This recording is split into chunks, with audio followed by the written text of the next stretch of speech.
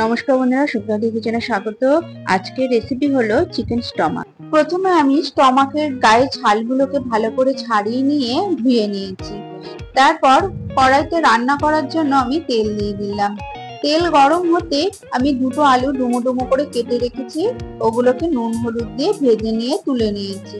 এবার ওই তেলের মধ্যেই আমি রসুন বাটাটা দিয়ে দিলাম। রসুন বাটাকে ভালো করে ভেজে ভেজে নিয়ে দুটো বড় বড় পেঁয়াজ কেটে রেখেছিলাম, পেঁয়াজগুলোকে ভালো করে ভেজে নিয়েছি। ভেজে নেওয়ার পর আদা রসুনের পেস্টটাও ওর মধ্যে দিয়ে দিলাম। আদা রসুনের পেস্ট দিয়ে ভালো করে আবারও ভেজে নিয়ে ওর মধ্যে নুন, পরিমাণ মতো লঙ্কার গুঁড়ো আর হলুদ গুঁড়ো দিয়ে ভালো করে কষিয়ে নিচ্ছি।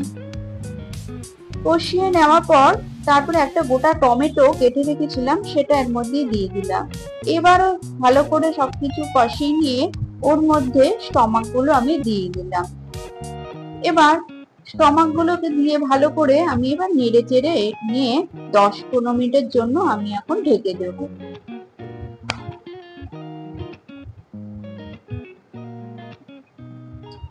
দশ মিনিট আমার হয়ে গেছে। এবার ঢাকনাটা আমি তুলে নিচ্ছি। এবার আমি স্টমাক গুলোকে ভালো করে একটু কষিয়ে নেব।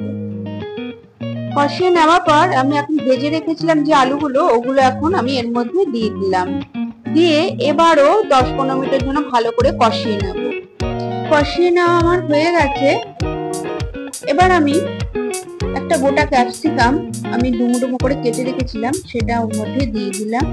আর দিয়ে দিলাম তার সাথে একটু গোটা গরম মশলার গুঁড়ো। এই সবকিছু নেড়ে চেড়ে এবার আমি নামিয়ে নেব। তো দেখুন আমার স্টমাকটা একদম রেডি হয়ে গেছে। এবার আমি সার্ভ করে নেব। এগুলোর সাথে ভাত অথবা রুটি, লুচি, পরোটা সবই ভালো লাগে খেতে। ভিডিওটি ভালো লাগলে লাইক, শেয়ার ও কমেন্ট করে সাবস্ক্রাইব করুন। তাহলে আজকের মতো আসলে দেখা হবে। টাটা।